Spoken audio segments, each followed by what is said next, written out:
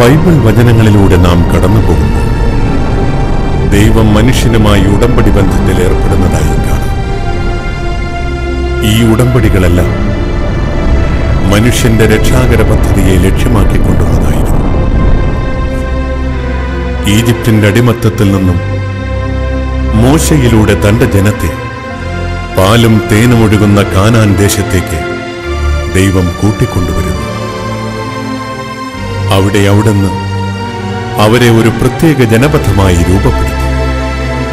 അതെ, ഈജിപ്തിന്റെ അടിമത്തത്തിൽ നിന്നും മോചിതരായി കാനാൻ ദേശത്ത് വാസമുറപ്പിച്ച തന്റെ ജനത്തിന്റെ അടുത്തേക്ക് ദൈവം ഇറങ്ങി വന്ന ഭൂപ്രദേശങ്ങൾ. ഈ വിശുദ്ധ നാടിന്റെ ചരിത്ര പശ്ചാത്തലമറിയുമ്പോൾ നാം ദൈവീക രക്ഷയുടെ കഴിഞ്ഞ കാലത്തേക്കാണ് കടന്നുവരുന്നത്.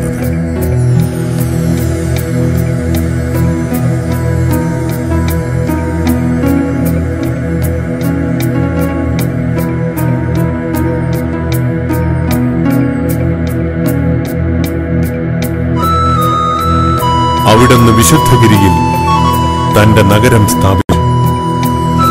യാക്കോബിന്റെ എല്ലാ വാസസ്ഥലങ്ങളെയും കാൾ സിയോന്റെ കവാടങ്ങളെ കർത്താവ് സ്നേഹിക്കുന്നു. ദൈവത്തിന്റെ നഗരമേ, നിന്നെപ്പറ്റി മഹത്തായ കാര്യങ്ങൾ പറയപ്പെടുന്നു. ഫിലിസ്തീനയിലും ടയറിലും എത്യോപ്യയിലും വസിക്കുന്നവരെ കുറിച്ച് അവർ ഇവിടെ ജനിച്ചതാണെന്ന് പറയുന്നു. സകലരും ഇവിടെ ജനിച്ചതാണെന്ന് സിയോനെ കുറിച്ച് പറയുന്നു. അത്യുന്നതൻ തന്നെയാണ് അവളെ സ്ഥാപിച്ചത്. കർത്താവ് ജനതകളുടെ കണക്കെടുക്കുമ്പോൾ അവൻ അവിടെ ജനിച്ചു എന്ന് രേഖപ്പെടുത്തും.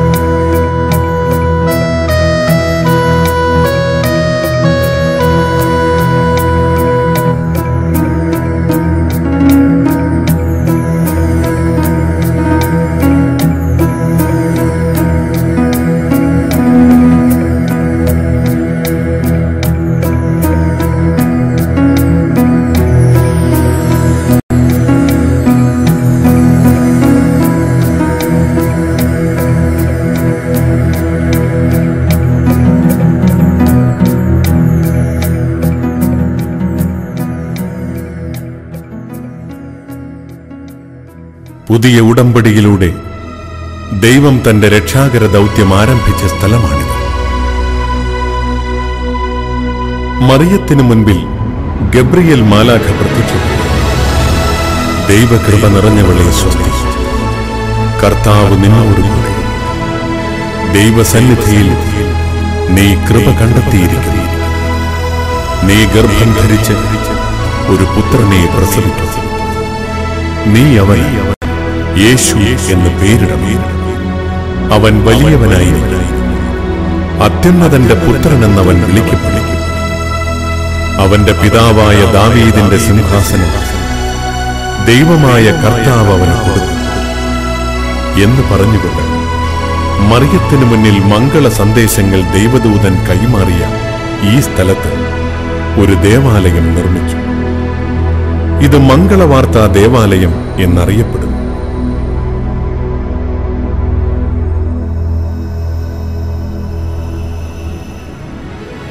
പരിശുദ്ധ മറിയത്തിന് ദൈവദൂതന്റെ ദർശനം ലഭിച്ച സ്ഥലം.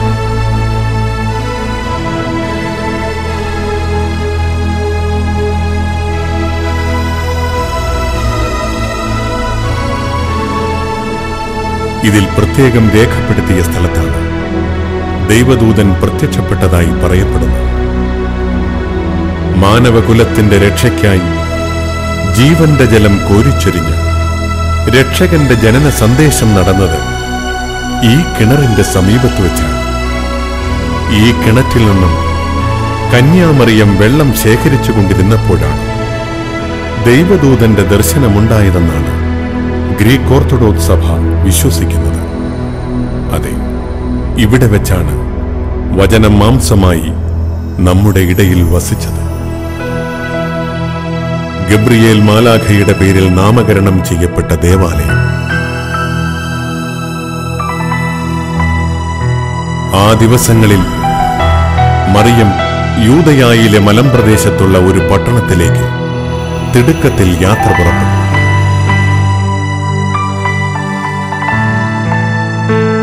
അവൾ സഖറിയയുടെ വീട്ടിൽ പ്രവേശിച്ചു എലിസബത്തിനെ അഭിവാദനം ചെയ്തു.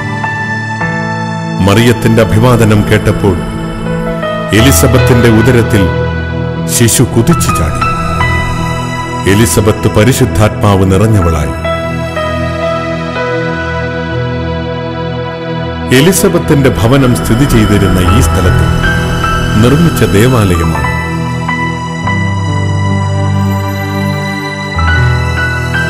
The Church of the Visitation.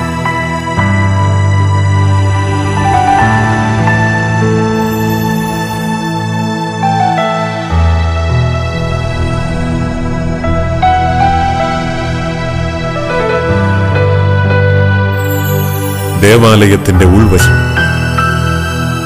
മറിയത്തിന്റെ സന്ദർശനത്തെ അനുസ്മരിപ്പിക്കുന്ന ചിത്രം. 1935 നിർമ്മിച്ചതാണ് ഈ ദേവാലയം. ആദ്യം പണികഴിപ്പിച്ച ദേവാലയം AD 4-ാം നൂറ്റാണ്ടിൽ തകർക്കപ്പെട്ടതിന് ശേഷം നിർമ്മിച്ചതാണ്.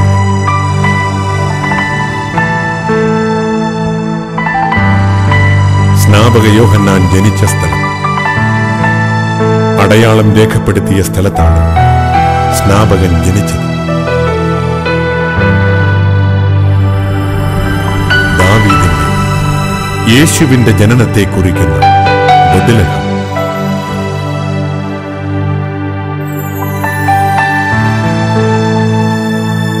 റോമൻ ചക്രവർത്തിയായ അഗസ്റ്റസ് സീസറിന്റെ ഭരണകാലത്ത് ജനസംഖ്യ എടുക്കുന്നതിനുള്ള കൽപ്പനയുണ്ടായി. കൽപ്പന കേട്ടതനുസരിച്ച് ദാവീദിന്റെ ഗോത്രത്തിൽപ്പെട്ട ജോസഫ് ഗർഭിണിയായ മറിയത്തെയും കൂട്ടി ബെത്ലഹേമിലേക്ക് യാത്ര തിരിച്ചു. ബെത്ലഹേമിൽ വെച്ച് മറിയത്തിന് പ്രസവ സമയം അടുത്തതിനാൽ ജോസഫ് അതിനുവേണ്ട ഇടം തേടിയെങ്കിലും എങ്ങും അവർക്കായി ഒരു സ്ഥലം ലഭിച്ചില്ല. ഒടുവിൽ സമീപമുള്ള കാലിത്തൊഴുത്തിൽ അവൾ തന്റെ പുത്രനെ പ്രസവിച്ചു.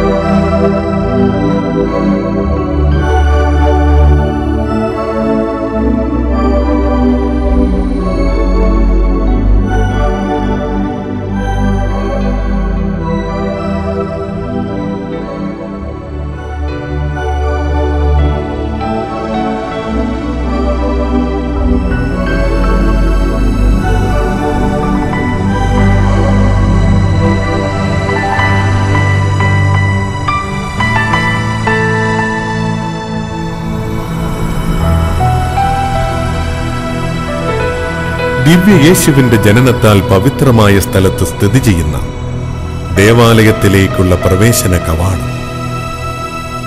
The Basilica of the Nativity Bethlehem. മാനവകുലത്തിന്റെ പാപപരിഹാരത്തിനായി പിറന്ന യേശുദേവന്റെ ജനനസ്ഥലമായ ബെത്ലഹേമിൽ പണികഴിപ്പിച്ച ആരാധനാലയം. പ്രവാചകന്റെ വാക്കുകളിലൂടെ പറയുകയാണെങ്കിൽ, യൂദയായിലെ ബെത്ലഹേമേ, നീ യൂദയായിലെ പ്രമുഖ നഗരങ്ങളിൽ ഒട്ടും താഴെയല്ല. എന്റെ ജനമായ ഇസ്രയേലിനെ നയിക്കാനുള്ളവൻ നിന്നിൽ നിന്നാണ് ഉത്ഭവിക്കുക.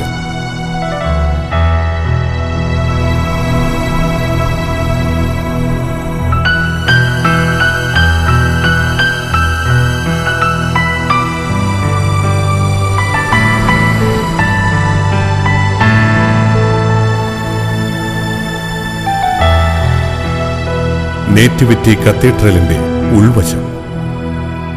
ഇത് യേശുവിന്റെ ജനനത്തെ അനുസ്മരിപ്പിക്കുന്നു.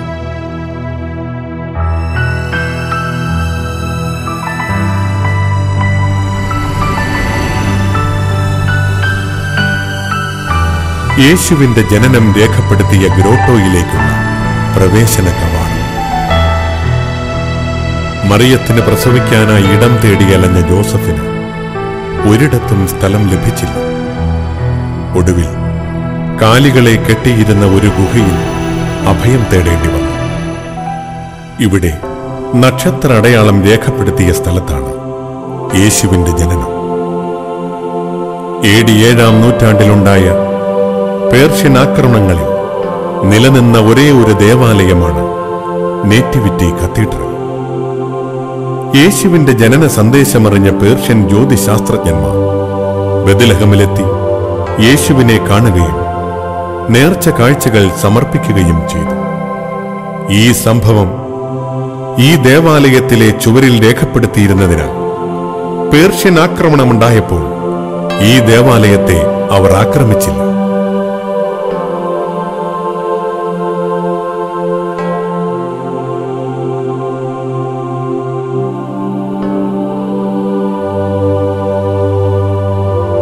ബെത്ലഹേമിൽ നടക്കുന്ന ക്രിസ്മസ് ആഘോഷങ്ങൾ. വിവിധ ക്രിസ്തീയ സഭകൾ ഇവിടെ വന്ന് പ്രാർത്ഥനാ ചടങ്ങുകൾ നടത്താറുണ്ട്.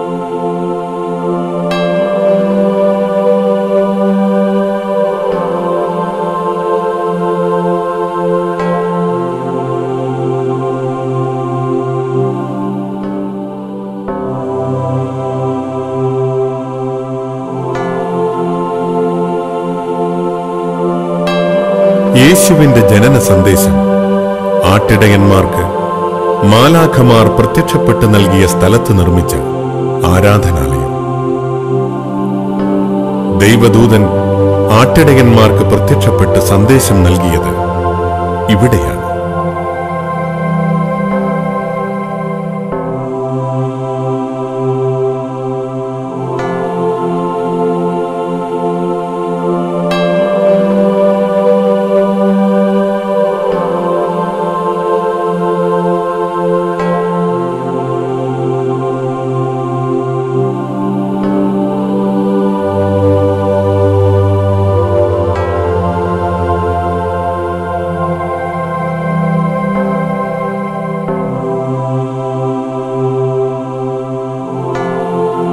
മാതൃത്വ ദേവാലയം.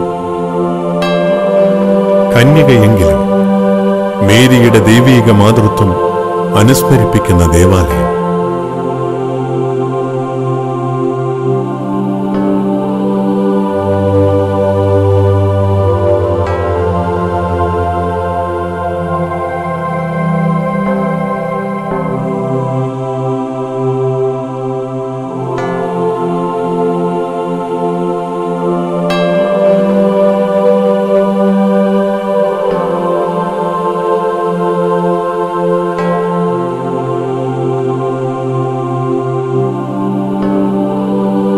ഹെറോദോസിന്റെ മരണശേഷം യൗസേപ്പിതാവും മാതാവും ഉണ്ണി മിശിഹായും തങ്ങളുടെ നാട്ടിൽ തിരിച്ചെത്തി താമസമാക്കിയ സ്ഥലം ജോസഫിന്റെ ഭവനമാണിത്. യേശുവിന്റെ ബാല്യകാലം ചെലവഴിച്ചത് ഇവിടെയാണ്.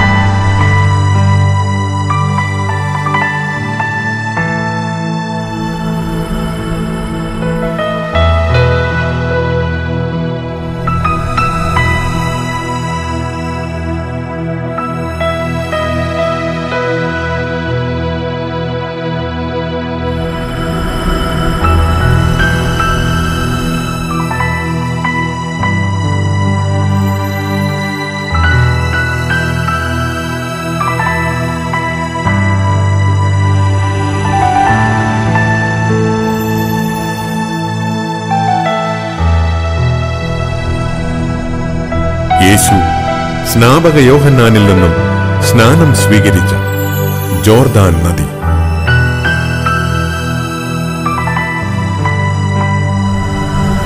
അനേകായിരങ്ങൾ ഇവിടെ വന്ന് മാമോദീസ സ്വീകരിക്കുന്നു.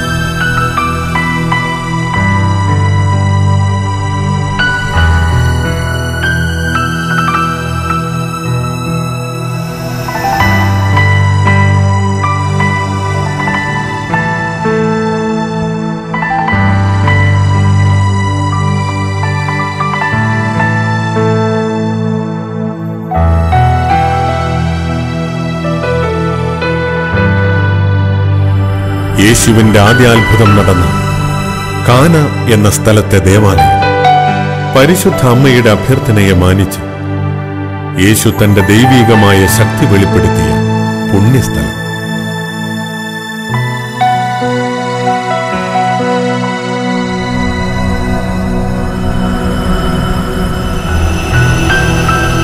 ഈ റോമൻ കൽഭരണി ആദ്യാത്ഭുത പ്രവർത്തനത്തിന്റെ പ്രതീകമായി നിലനിൽക്കുന്നു.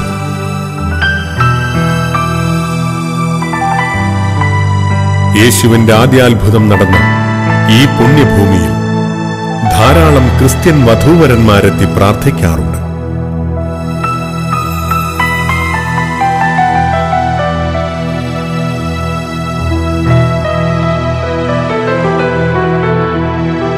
വിശ്വാസത്തിന്റെ വഴികളിലൂടെ ദൈവം പറഞ്ഞതനുസരിച്ച് സഞ്ചരിച്ച അബ്രഹാം തന്റെ കടിഞ്ഞൂൽ പുത്രനായ ഇസഹാക്കിനെ ബലി കഴിക്കാനായി തീരുമാനിച്ച സ്ഥലം.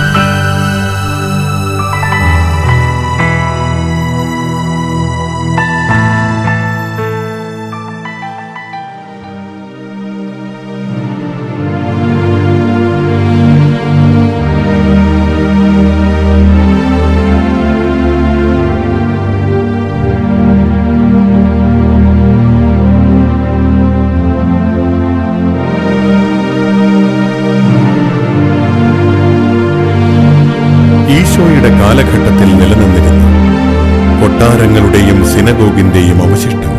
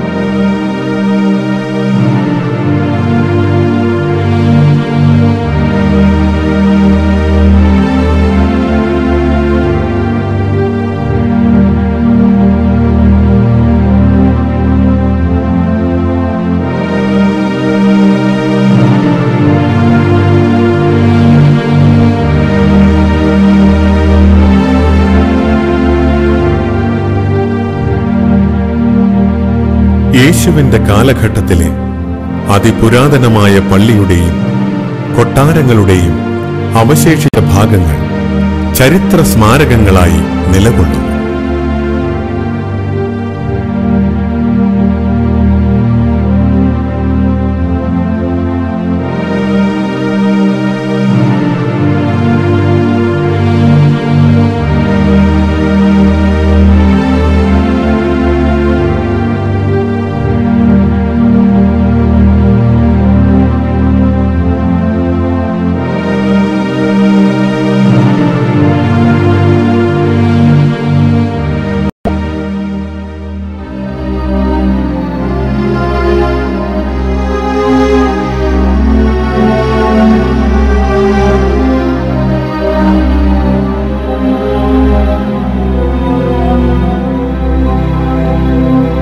അതിപുരാതനവും അനേകം പ്രവാചകന്മാരെയും രാജാക്കന്മാരെയും ആനയിച്ച കോട്ടവാതിലുകൾ.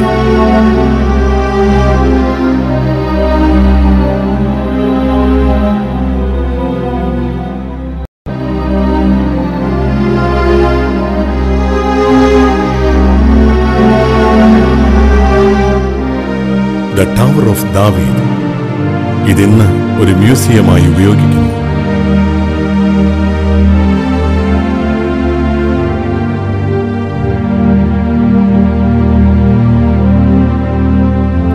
ദാവീദ് രാജാവിന്റെ ശവകുടീരമാണിത്.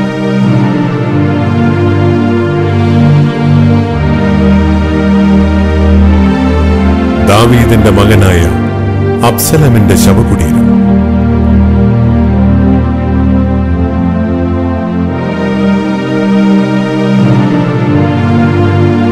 ദാവീദിന്റെയും അബ്സലമിന്റെയും ശവകുടീരം സ്ഥിതി ചെയ്യുന്ന സ്ഥലം.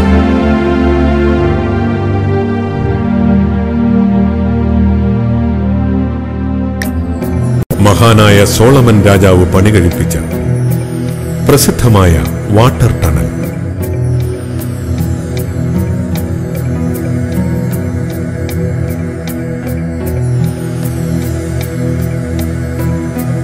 ഇത് എസക്കിയേൽ രാജാവ് പണിത വാട്ടർ ടണൽ.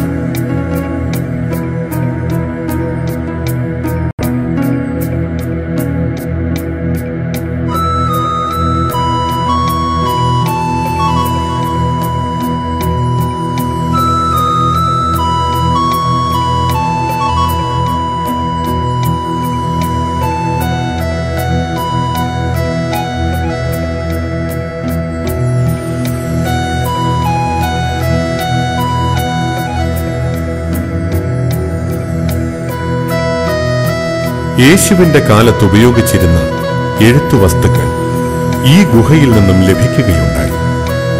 ചെമ്പ് തകിടിലും തുകലിലും ആലേഖനം ചെയ്തവയായിരുന്നു അവ. ഇത് ഖുംറാൻ ചുരുളിൽ എന്നറിയപ്പെടുന്നു.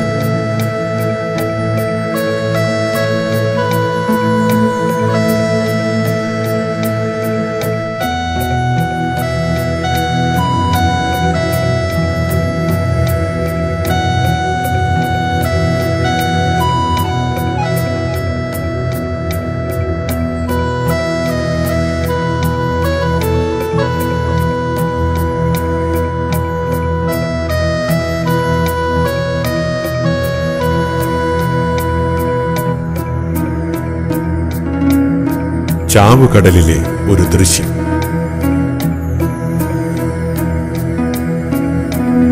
ഉപ്പുതൂണുകളായി രൂപപ്പെടുന്ന ഇവ ഇവിടെ എത്തുന്നവരെ ആകർഷിക്കുന്ന മനോഹര ദൃശ്യമാണ്.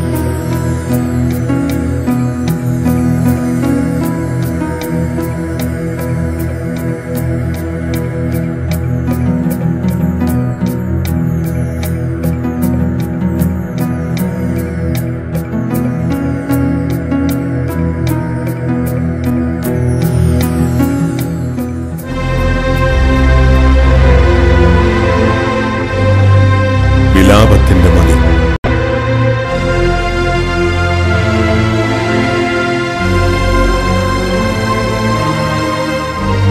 യഹൂദർ ഈ മതിലിന്റെ സമീപം വന്ന് തീക്ഷ്ണതയോടെ പ്രാർത്ഥിക്കുന്നു.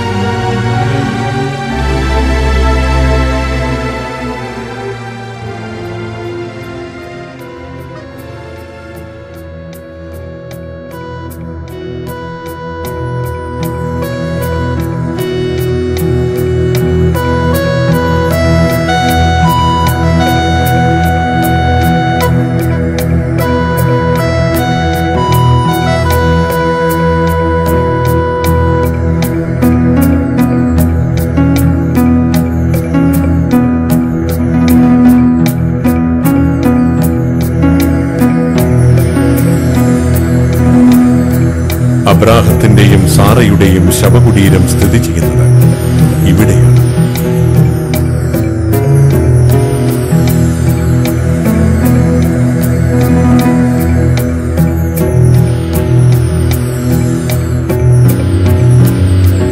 ഇതാണ് യാക്കോബിന്റെ കിണർ. ഈ കിണറ്റിൻ കരയിൽ വെച്ചാണ് യേശു സമറിയാക്കാരി സ്ത്രീയെ വിശ്വാസത്തിലേക്ക് കൊണ്ടുവന്നത്.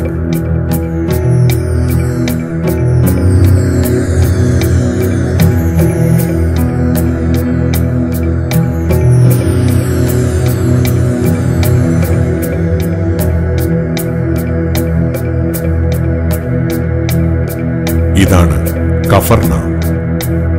ഇവിടെ നിലനിന്നിരുന്ന പുരാതന ദേവാലയത്തിന് സമീപം നിർമ്മിച്ചിരിക്കുന്ന പുത്തൻ ദേവാലയം കഫർനാമിന്റെ സ്മരണകൾ ഉണർത്തുന്നു.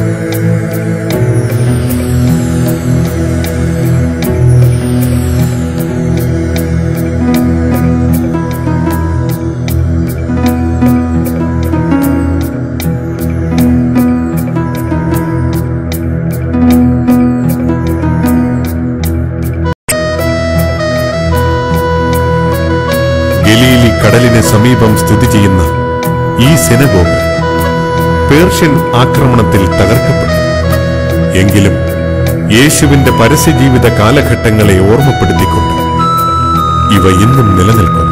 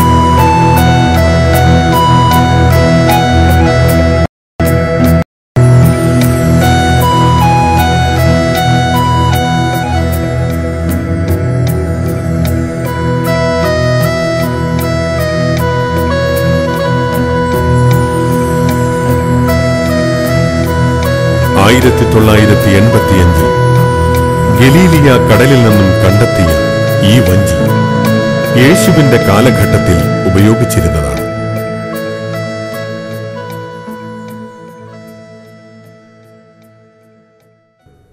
ജനക്കൂട്ടത്തെ കണ്ടപ്പോൾ യേശു മലയിലേക്ക് കയറി. അവൻ ഇരുന്നപ്പോൾ ശിഷ്യന്മാർ അടുത്തെത്തി. യേശു അവരെ പഠിപ്പിക്കാൻ തുടങ്ങി. ആത്മാവിൽ ദരിദ്രരായവർ ഭാഗ്യവാന്മാർ, സ്വർഗരാജ്യം അവരുടേതാണ് എന്നിങ്ങനെ സുവിശേഷ ഭാഗ്യങ്ങൾ പഠിപ്പിച്ചത് ഗലീലിയ കടലിന് സമീപമുള്ള ഈ പ്രദേശത്ത് വെച്ചാണ്. സുവിശേഷ ഭാഗ്യങ്ങളുടെ പള്ളി എന്ന പേരിൽ പണിത ഈ ദേവാലയം സ്ഥിതി ചെയ്യുന്നിടത്തു നിന്നും വീക്ഷിച്ച ദൃശ്യഭംഗി വഴിഞ്ഞൊഴുകുന്ന ഗലീലിയ കടൽ കാണാം.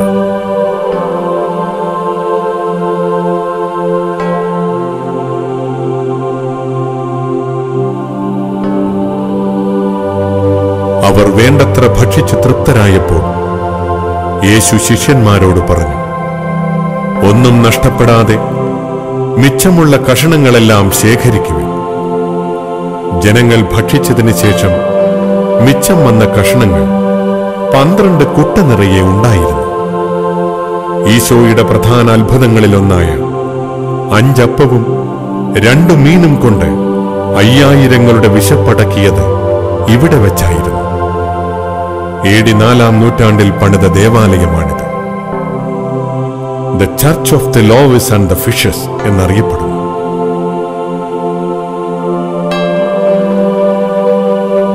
ദേവാലയത്തിന്റെ ഉൾവശം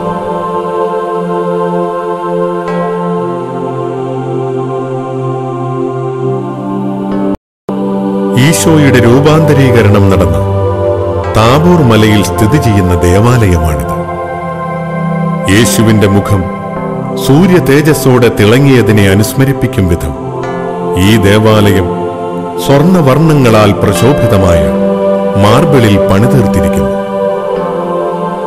അവന്റെ മുഖം സൂര്യനെ പോലെ വെട്ടിത്തിളങ്ങി. അവന്റെ വസ്ത്രം പ്രകാശം പോലെ ധവളമായി. മോശയും ഏലിയായും അവനോട് സംസാരിക്കുന്നതായി പത്രോസ്, യാക്കോബ്, യോഹന്നാൻ എന്നിവർ കണ്ടു. പത്രോസ് യേശുവിനോട് പറഞ്ഞു, കർത്താവേ, നാം ഇവിടെയായിരിക്കുന്നത് നല്ലതാണ്. നിനക്ക് സമ്മതമാണെങ്കിൽ ഞങ്ങളിവിടെ 3 കൂടാരങ്ങൾ ഉണ്ടാക്കാം. ഒന്ന് നിനക്ക്, ഒന്ന് മോശയ്ക്ക്, ഒന്ന് ഏലിയായ്ക്ക്. ബൈബിളിലെ ഈ വചനങ്ങൾ പ്രതിഫലിക്കും വിധം ഈ ദേവാലയത്തിന്റെ അൾത്താരയിൽ യേശുവിന്റെ രൂപാന്തരീകരണം ചിത്രീകരിച്ചിരിക്കുന്നു.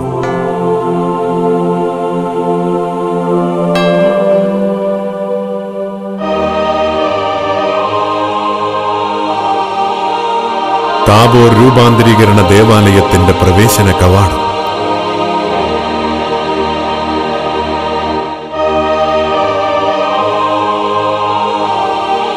ഈ രോഗം മരണത്തിൽ അവസാനിക്കാനുള്ളതല്ല, പ്രത്യുത ദൈവത്തിന്റെ മഹത്വത്തിനും അതുവഴി ദൈവപുത്രൻ മഹത്വം പ്രാപിക്കുന്നതിനും വേണ്ടിയുള്ളതാണ് എന്ന ബൈബിൾ വചനം ഇവിടെ എത്തുമ്പോൾ നമ്മെ ഓർമ്മിപ്പിക്കുന്നു. മരിച്ച ലാസറിനെ ഉയർപ്പിച്ച കല്ലറ ഈ ദേവാലയത്തിന്റെ ഉള്ളിലാണ് സ്ഥിതി ചെയ്യുന്നത്. യേശു താൻ സ്നേഹിച്ചിരുന്ന ലാസറിന്റെ മരണത്തിൽ അതീവ ദുഃഖിതനായിരുന്നു. യേശു ലാസറിനെ അടക്കിയ ശവക്കല്ലറയിലെത്തി മരിച്ച ലാസറിനെ ഉയർപ്പിച്ച ആ സ്ഥലമാണിത്. ദ ചർച്ച് ഓഫ് ലാസേഴ്സിന്റെ ഉൾവശം. The Church of Paternoster. ഇവിടെ വെച്ചാണ് യേശു വിശിഷ്ടമായ പ്രാർത്ഥന നമ്മെ പഠിപ്പിച്ചത്. സ്വർഗസ്ഥനായ ഞങ്ങളുടെ പിതാവേ എന്നാരംഭിക്കുന്ന പ്രാർത്ഥന ഈ ദേവാലയത്തിന്റെ ചുമരുകളിൽ 50 ഭാഷകളിൽ രേഖപ്പെടുത്തി വച്ചിരിക്കുന്നു.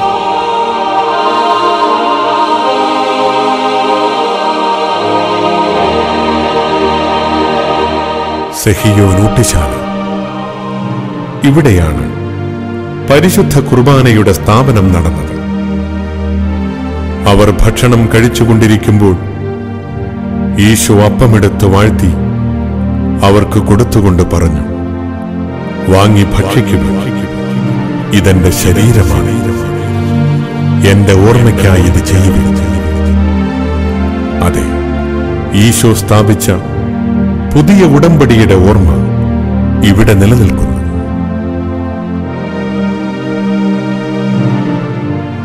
പരിശുദ്ധമായ സംഭവങ്ങൾക്ക് സാക്ഷിയായ ഒലിവുമരം. തീവ്രവേദനയാൽ തന്റെ പിതാവിനോട് ഉള്ളുരുകി യേശു പ്രാർത്ഥിച്ചതിന് സാക്ഷിയായി നിന്ന ഒലിവുമരം.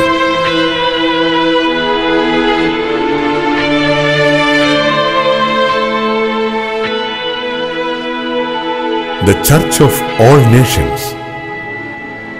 യേശു രക്തം വിയർത്ത് പ്രാർത്ഥിച്ചത് ഈ ദേവാലയത്തിനുള്ളിലെ പാറയിലാണ്.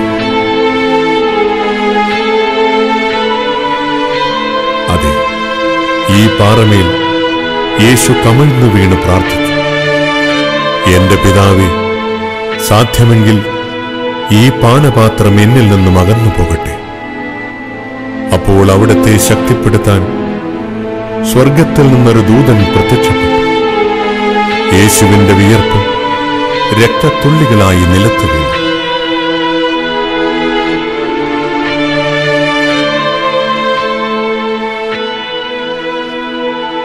പീലാത്തോസിന്റെ അരമന നിന്ന സ്ഥലം.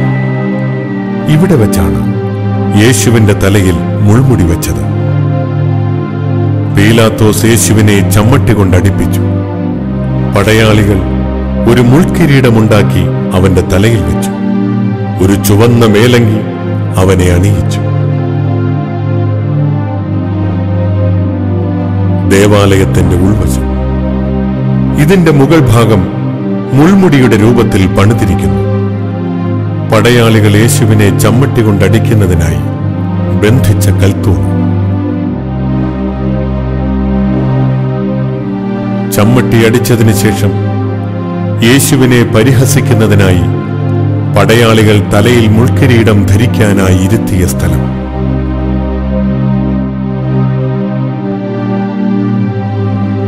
പീലാത്തോസിന്റെ തടവറയാണിത്. രാത്രിയിൽ ഈ തടവറയിലാണ് യേശുവിനെ പാർപ്പിച്ചത്. ഇത് യേശുവിന് കാവൽ നിന്ന പടയാളികൾ തറയിൽ ചതുരംഗ കളം വരച്ച് ചതുരംഗം കളിച്ച സ്ഥലം. ഇത് ഇന്നും the game of the king എന്നറിയപ്പെടുന്നു. ചമ്മട്ടി കൊണ്ട് പ്രഹരിച്ചതിന് ശേഷം യേശുവിനെ ജനങ്ങൾക്ക് മുൻപാകെ കാണിച്ച സ്ഥലമാണിത്. നിങ്ങൾ ഇവനെ കൊണ്ടുപോയി ക്രൂശിച്ചുകൊള്ളുക. ഈ നീതിമാന്റെ രക്തത്തിൽ എനിക്ക് പങ്കില്ല എന്ന് പറഞ്ഞുകൊണ്ട് പീലാത്തോസ് കരങ്ങൾ കഴുകിയ ഗബാത്ത എന്ന പേരിൽ അറിയപ്പെടുന്ന കൽത്തളം. അവനിത് പറഞ്ഞുകൊണ്ടിരിക്കുമ്പോൾ കോഴി കൂവി. കർത്താവ് പത്രോസിന്റെ നേരെ തിരിഞ്ഞ് അവനെ നോക്കി. ഇന്ന് കോഴി കൂവുന്നതിന് മുൻപ് 3 പ്രാവശ്യം നീ എന്നെ നിഷേധിക്കും എന്ന് കർത്താവ് പറഞ്ഞ വചനം അപ്പോൾ പത്രോസ് ഓർമ്മിച്ചു. അവൻ പുറത്തുപോയി മനം നൊന്ത് കരഞ്ഞു. യേശുവിനെ പത്രോസ് തള്ളിപ്പറഞ്ഞ സ്ഥലത്ത് നിർമ്മിച്ച ദേവാലയം.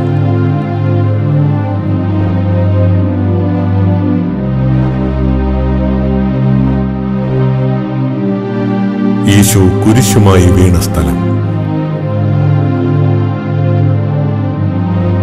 തന്റെ ദിവ്യമാതാവിനെ ദിവ്യരക്ഷകൻ മുഖാമുഖം കണ്ടുമുട്ടിയിടം.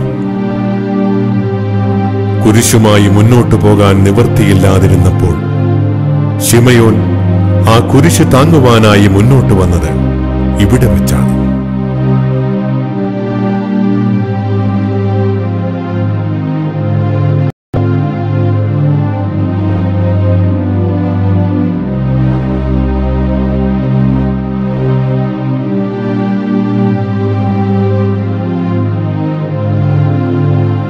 രക്തത്തുള്ളികളാൽ ആവൃതമായ യേശുവിന്റെ തിരുമുഖം വേറോനിക്ക തുടയ്ക്കുകയും ആ തുടച്ച കച്ചയിൽ യേശുവിന്റെ തിരുമുഖം പ്രതിഫലിക്കുകയും ചെയ്തുവെന്ന് വിശ്വസിക്കുന്ന ആ കച്ച ഇവിടെ സൂക്ഷിച്ചിരിക്കുന്നു.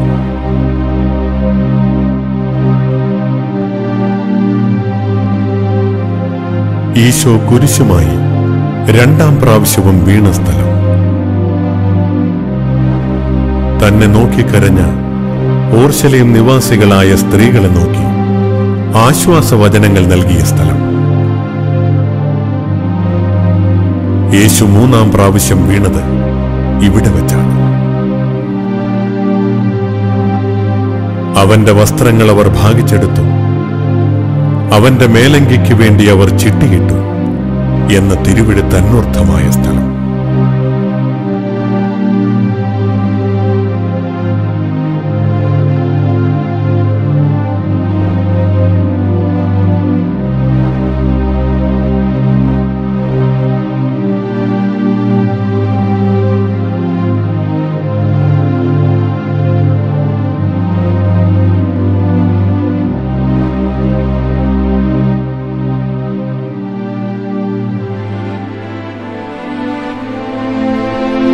യേശുവിനെ കുരിശിൽ തറച്ച സ്ഥലം.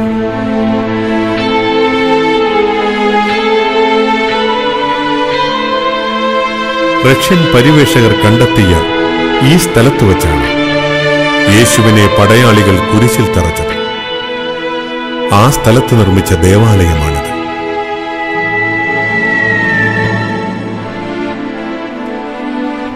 മാനവകുലത്തിന്റെ പാപമോചനത്തിനായി കാൽവരിക്കുന്നിൽ സ്വയം ബലിയായി തീർന്ന ദൈവപുത്രന്റെ കുരിശിലേന്തിയ മരണം സംഭവിച്ച സ്ഥലമാണിത്.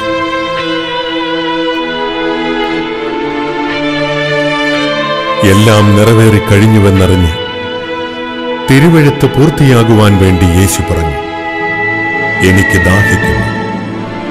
അവർ വിനാഗിരിയിൽ കുതിർന്ന ഒരു നീർപ്പഞ്ഞി ഹിസോപ്പ് ചെടിയുടെ തണ്ടിൽ വച്ച് അവന്റെ ചുണ്ടോടടുപ്പിച്ചു. അവിടുന്ന് അത് സ്വീകരിച്ചില്ല. അതിനുശേഷം എല്ലാം പൂർത്തിയായിരിക്കുന്നു എന്ന് പറഞ്ഞ് അവൻ തലചായ്ച്ച് ആത്മാവിനെ സമർപ്പിച്ചു.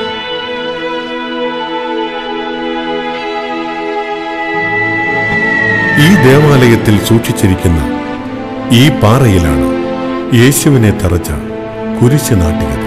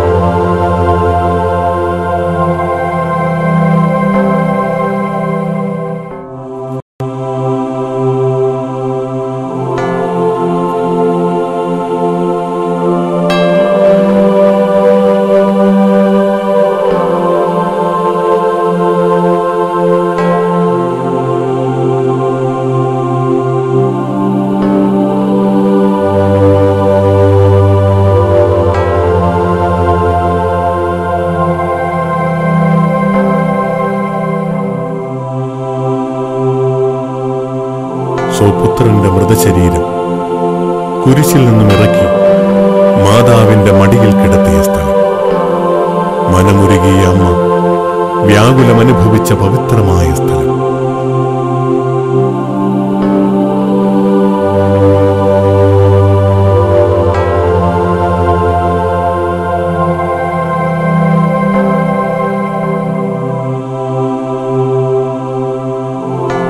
ഈ കല്ലിലാണ് ദിവ്യരക്ഷകന്റെ ശരീരം ഇറക്കി കിടത്തിയത്.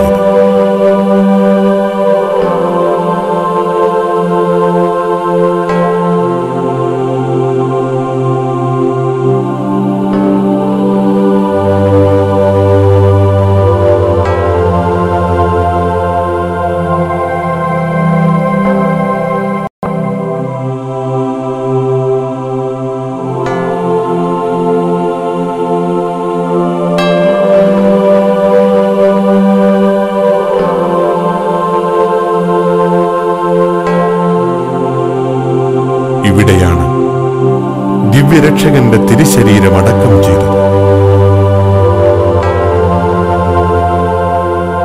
ദ ഗാർഡൻ ഓഫ് ടോംബ് എന്നറിയപ്പെടുന്ന സ്ഥലം.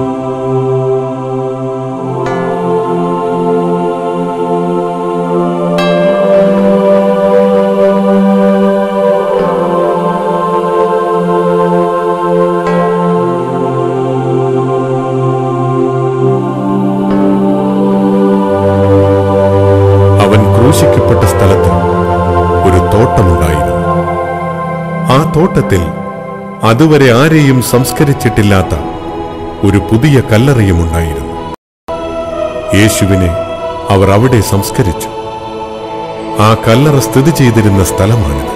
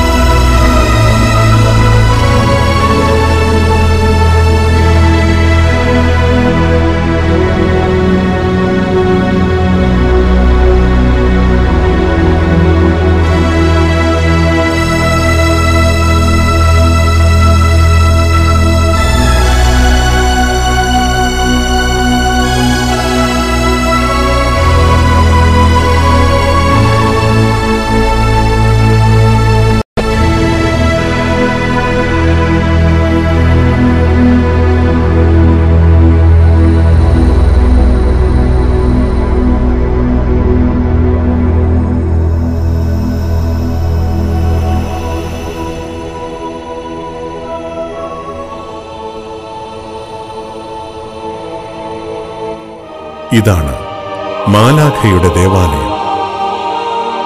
ഈ ദേവാലയത്തിനുള്ളിലെ കല്ലിലിരുന്നാണ് മാലാഖ ദിവ്യരക്ഷകന്റെ ഉയർപ്പ് സന്ദേശം നൽകിയത്.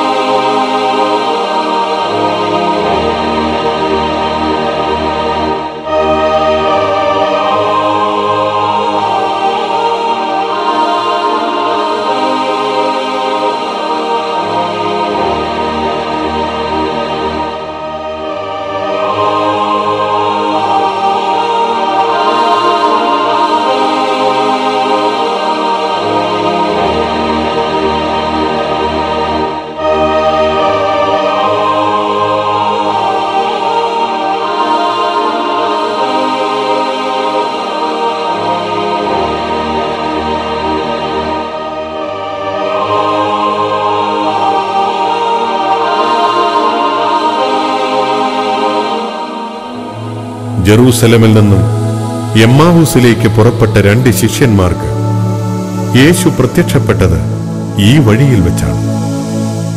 അതിന് സമീപത്തായി യേശുവിന്റെ പ്രത്യക്ഷപ്പെടലിന്റെ ഓർമ്മ നിലനിർത്തിക്കൊണ്ട് പണിതീർത്ത ദേവാലയം.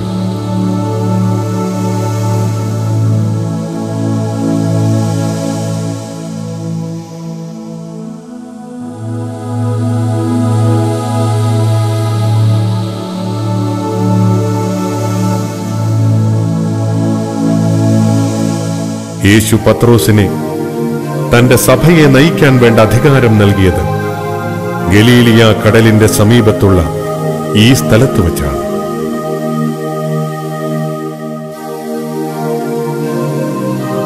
ഇവിടെ നിർമ്മിച്ച ഈ ദേവാലയം the Church of Saint Peter's Primacy എന്നറിയപ്പെടുന്നു. യേശു പുനരുദ്ധാനം ചെയ്ത പവിത്രമായ സ്ഥലം ഇതാണ്.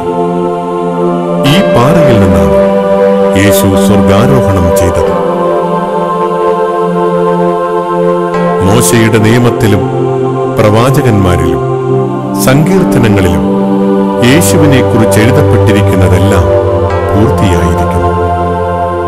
ക്രിസ്തു സഹിക്കുകയും സ്വയം ബലിയായി തീരുകയും ചെയ്തു. അതിനുശേഷം 3-ാം ദിവസം മരിച്ചവരിൽ നിന്നും ഉയർത്തെഴുന്നേൽക്കുകയും ചെയ്തു. പാപമോചനത്തിനുള്ള അനുതാപം യേശുവിന്റെ നാമത്തിൽ ജെറുസലേമിൽ നിന്നും ആരംഭിച്ച് ലോകത്തിലുള്ള എല്ലാ ജനതകളിലും സംഭവിച്ചുകൊണ്ടിരിക്കുന്നു. അതെ, എല്ലാ മനുഷ്യരും പാപത്തിൽ മരിച്ച് യേശുവിൽ ഉയർക്കേണ്ടതിനായി യേശു ഇന്നും ജീവിക്കുന്നു.